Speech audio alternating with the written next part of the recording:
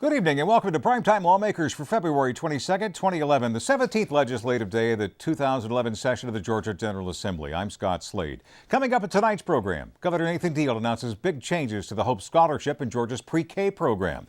The $18.5 billion FY 2011 amended budget clears the Senate Appropriations Committee. The next step is a vote by the full Senate. We continue our leadership interview series tonight. House Minority Caucus Chairman Representative Brian Thomas will join us, and we'll talk about the future of Sunday sales. Representative Roger Williams, sponsor of the House version of the bill, will be joining us, as well as Jerry LeQuire, president of the Georgia Christian Coalition. I have a lot to do for you, all coming up tonight on Primetime Lawmakers. But first, legislation introduced today to revise how lottery revenues are spent to the Hope Scholarship and Pre-K program. Mwandi Lawson is live at the Capitol with the latest on that. Good evening, Mwandi. Good evening, Scott. Governor Nathan Deal is calling this plan Enduring Hope, and he says it will yield a $300 million savings. To do that, students earning a GPA of 3.0 or higher, those who traditionally counted on a full ride at a state school, could qualify to have 90% of their tuition paid. A new Zell Miller Scholarship would be created to pay full tuition for students with a 3.7 GPA and high SAT or ACT scores.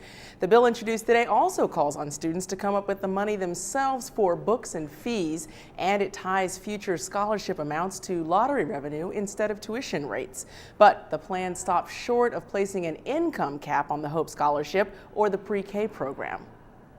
It was not my position at any point in time that we should change this from a merit-based system.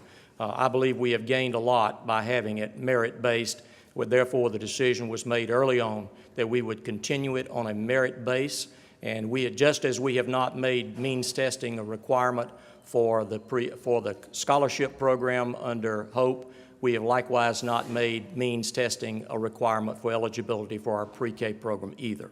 The governor says the measure has bipartisan support, and House Democrats were represented at today's announcement. We believe as Democrats, and to take a point of personal privilege, as the originators of Hope, we wanted to be a part of preserving Hope. We had conversations with the governor about the process, and when presented with the opportunity to participate in moving it forward, we believe that this is critical. Pre-K is essential to the state. For every dollar we invest, we get $6 in return.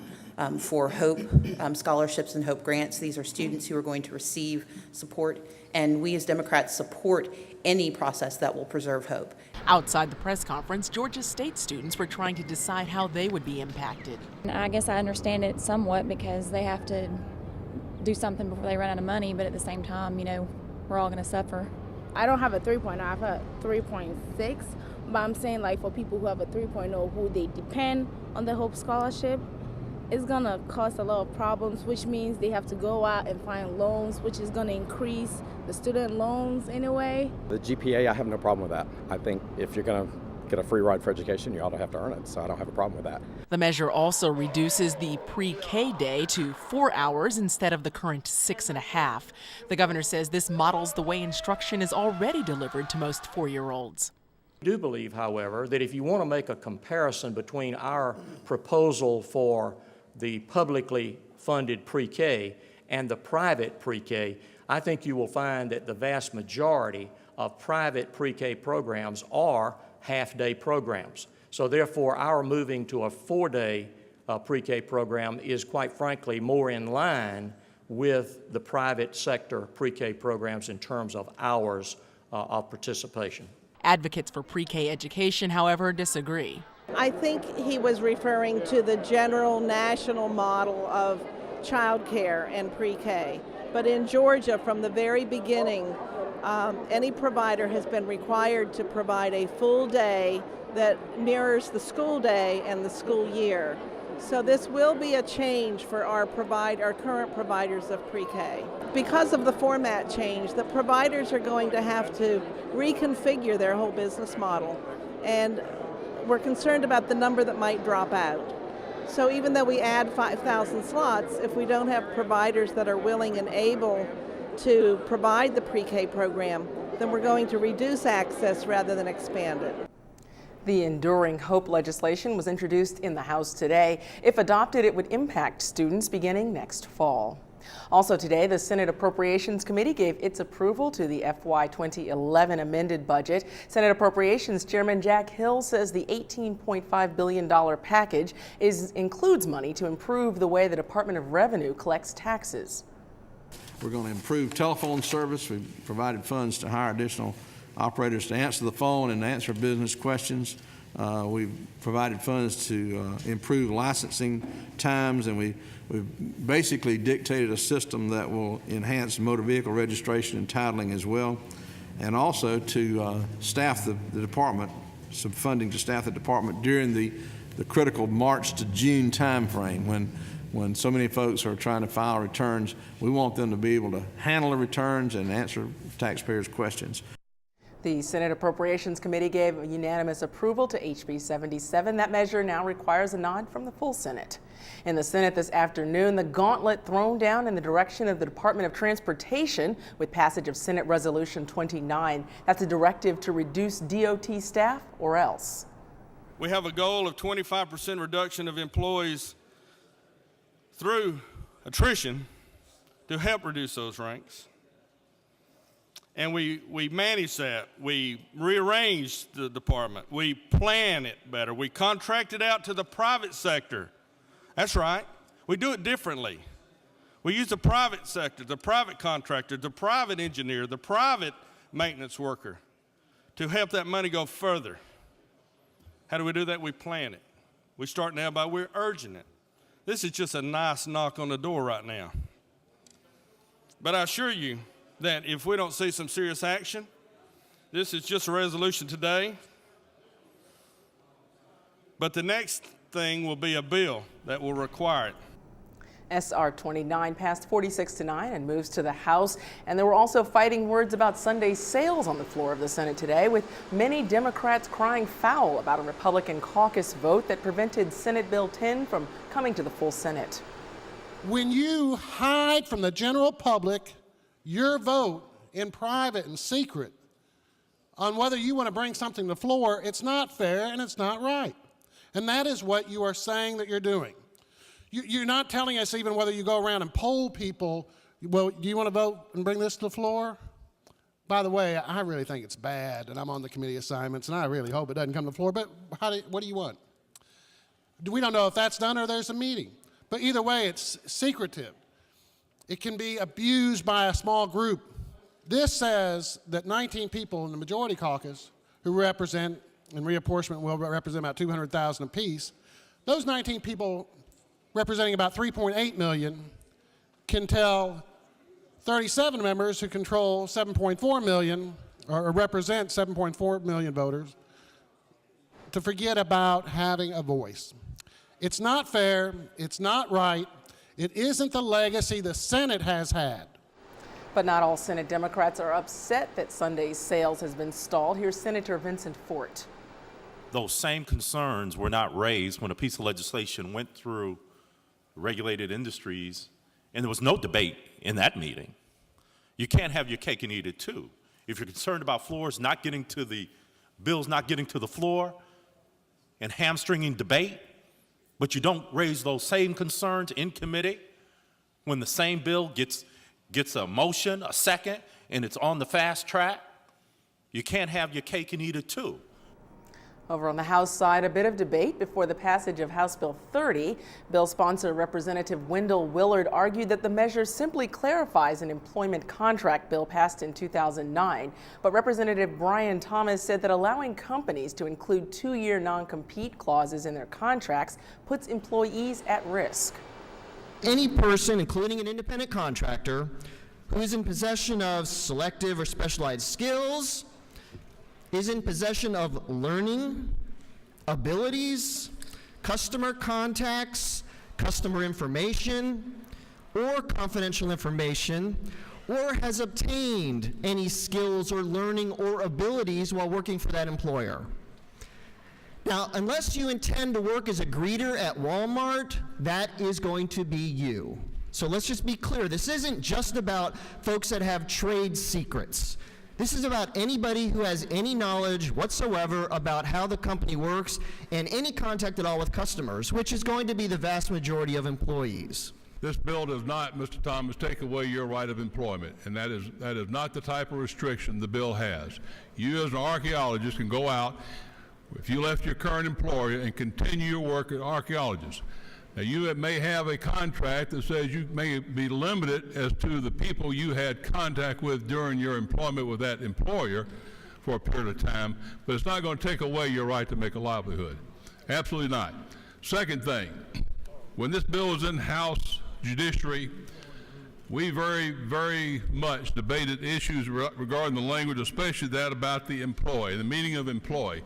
We did not want to restrict the man who had a bread route, or the man who had a Orkin route, or the person who had a snap-on tool route, those type people, from saying, well, you're in a situation of employment, you're no longer able to carry on that same business. We limit it to people who were in the executive role, or to those who contained or had within their employment very specialized knowledge and information that could be harmful to the employer. HB 30 did pass by a vote of 104 to 58. It moves to the Senate. Passage today also in the House of a 45-day window for absentee voting. Representative Mark Hamilton was questioned about how HB 92 would impact rural precincts.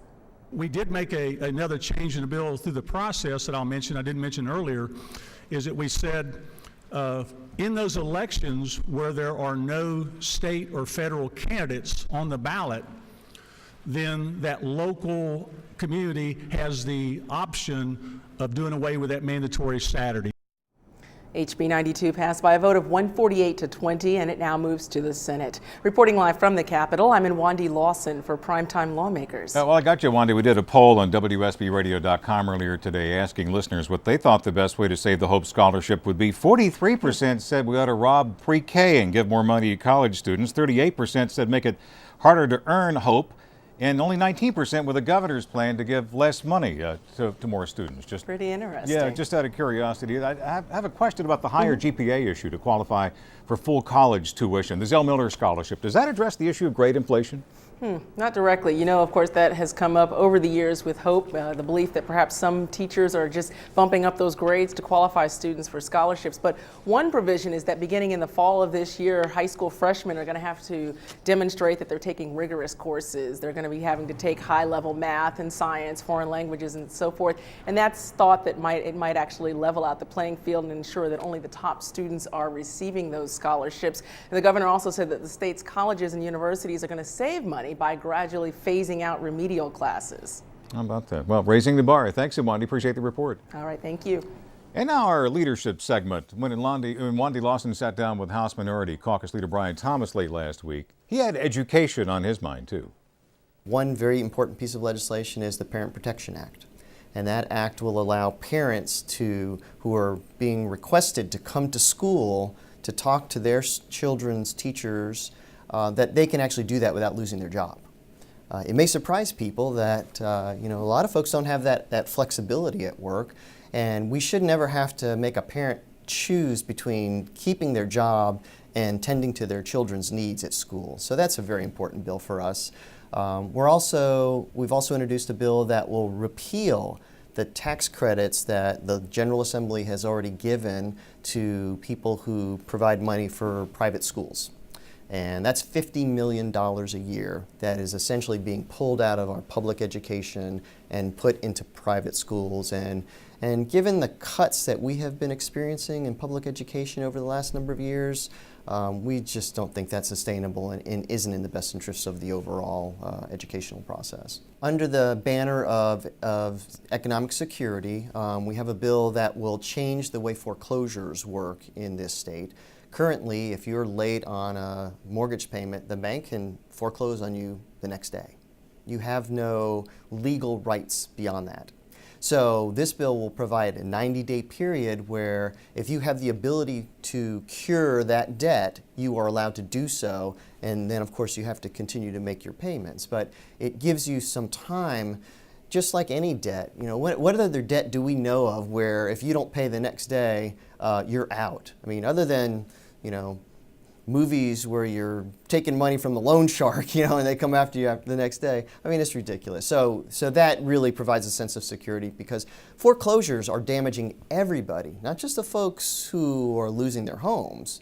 certainly them and their families foremost, but it's driving down property values in our neighborhoods. It's lending an air of insecurity to the community more broadly. So we think that's a really important bill, and we're going to work very hard to get some support and get that passed. You've introduced some legislation in regards to the structure of the Public Service Commission. And talk about that legislation and why is that important this year? Because what we see over and over again are a lot of rate increases, and individual members of those commissioners' districts really can't get their voice heard because they're just a small little fraction of who actually elects them. So we think it is much more democratic and representative for the districts to be drawn in such a way that the people who those members, those commissioners are representing, are the ones who are electing them. So we think that's really important. So that would increase the number of districts to how many?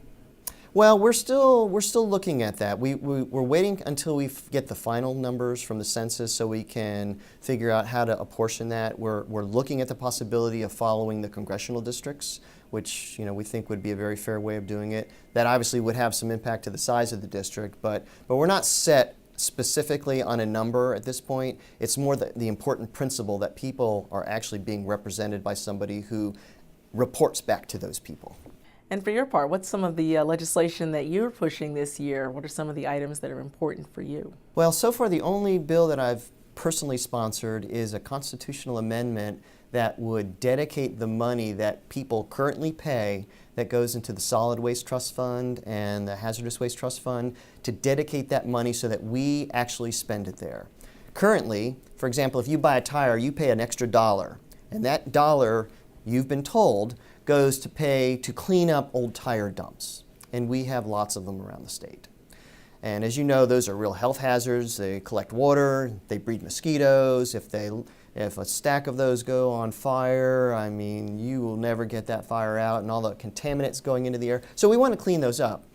But every year, that money comes into the General Assembly, and we allocate some of it to go toward that, and then we use some of it for other things. And I just think it's part of this concept of shared responsibility that as the government, we are telling you, we are taking this money from you for this purpose, and we have an obligation to actually spend it on that purpose. You've heard in the past, though, obviously the opponents have said we're in hard times, therefore earmarking or taking money out of the general fund is not a good idea during an economic recession. And how do you answer them? Well, I mean, the reality is we, as a state, define what our priorities are and what we're going to spend money on. If there isn't enough money for those priorities, then we need to rethink the priorities or how we're collecting money. I mean, you can't have both worlds there. And so, we are telling people, we are taking that $1 from you for this specific reason. And so in essence, we're being dishonest if we don't spend it in that way. And I understand we are in difficult budgetary times, and there are some priorities that we want to fund, and we just have to have the courage as political leaders to tell people what those priorities are, what it's going to cost, and then how we're going to raise that money to pay for it. And if we're not willing to do that, we shouldn't be here. Representative Brian Thomas is the Minority Caucus Chairman in the House of Representatives. I want to thank you so much for joining us on Primetime Lawmakers. It's been my pleasure. Thanks. Coming up tomorrow in our leadership series, Senate Majority Leader Chip Rogers will present his vision for tax reform in Georgia. After the short break, don't count Sunday sales out yet. We'll be talking with Representative Roger Williams, sponsor of the House version of the local option Sunday alcohol sales bill, and Jerry LeQuire, president of the Georgia Christian Coalition. So stay with us.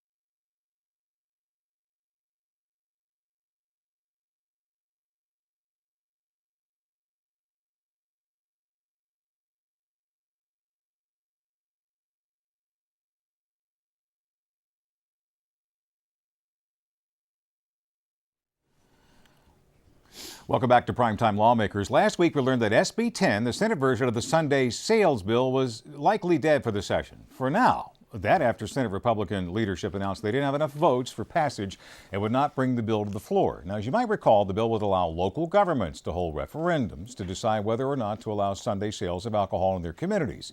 There's also a House version of the bill, HB 69, which has passed its committee and could be called for a vote this session. To talk about the future of Sunday sales legislation, I'm joined now in studio by Representative Roger Williams of Dalton, sponsor of HB 69, and Jerry Luquire, president of the Georgia Christian Coalition, which opposes the Sunday sales measures.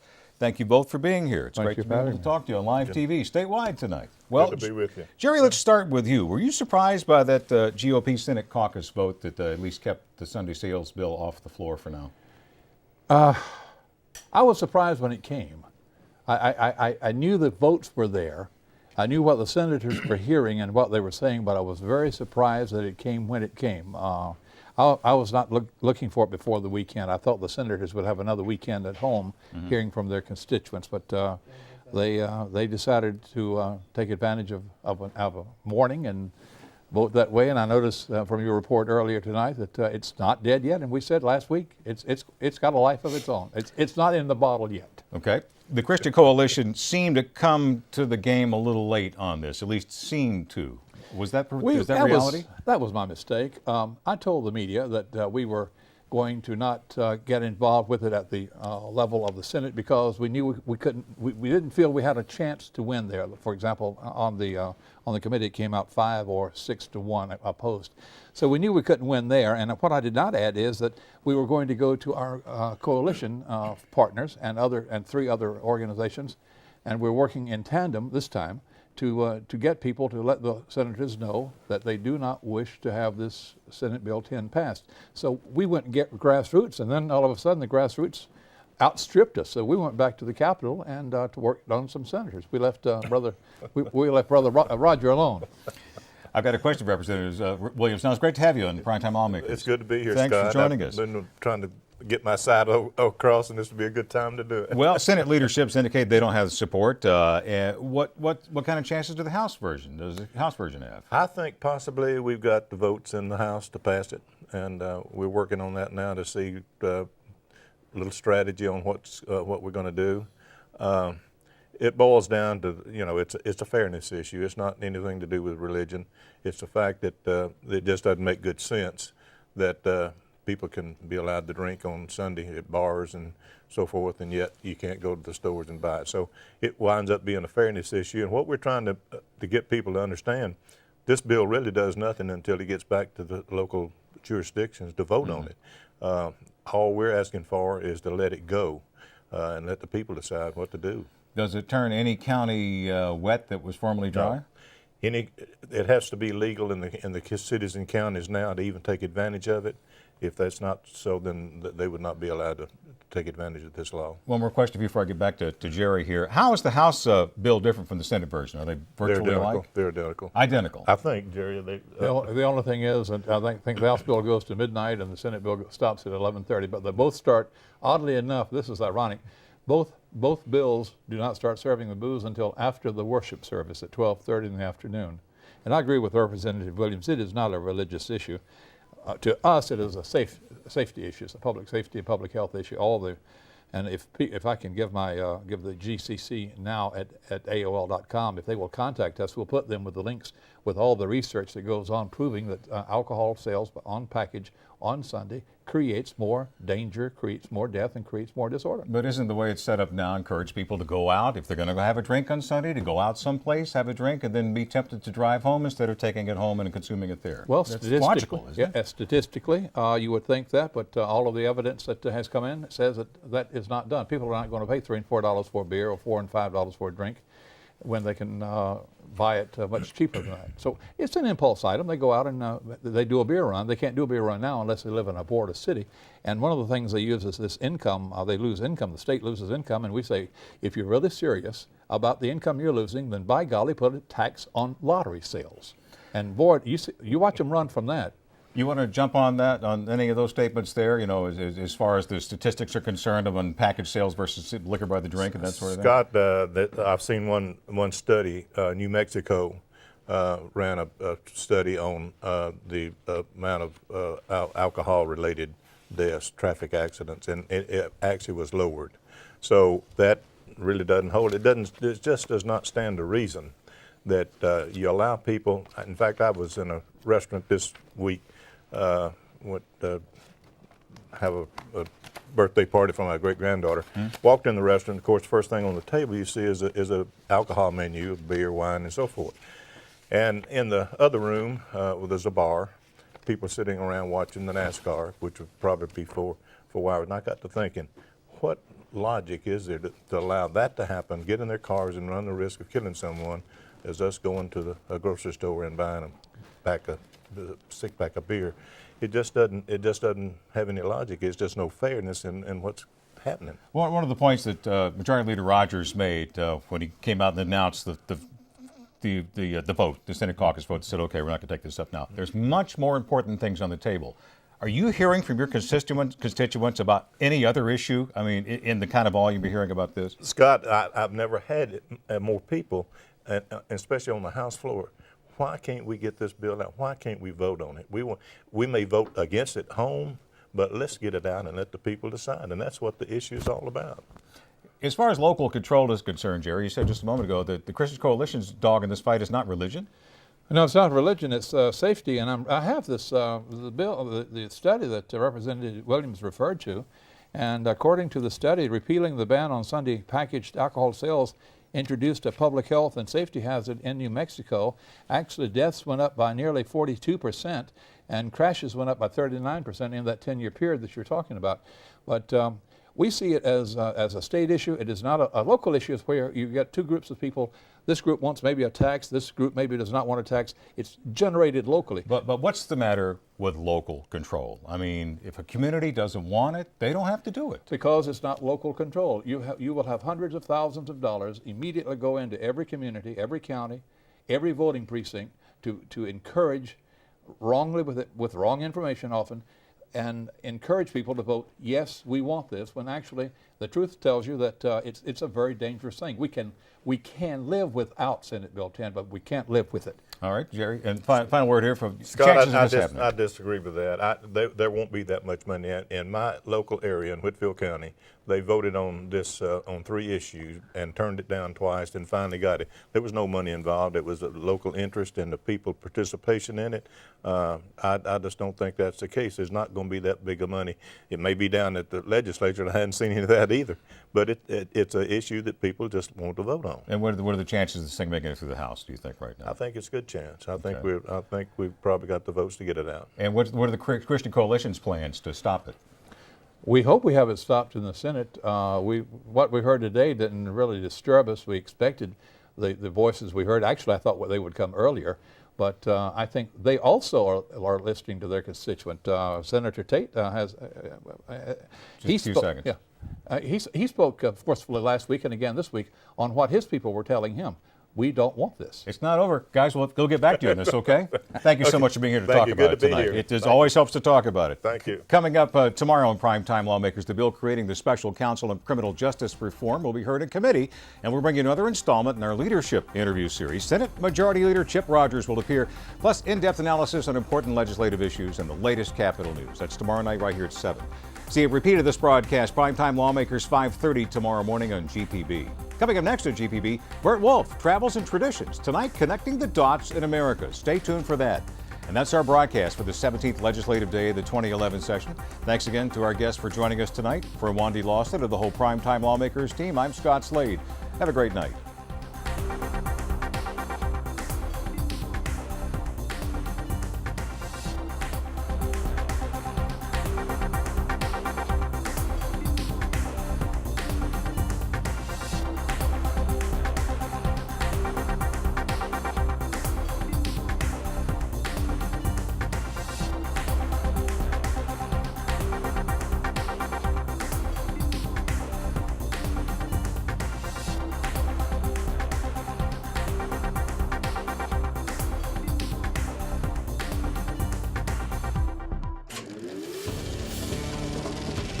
This is a GPB original production.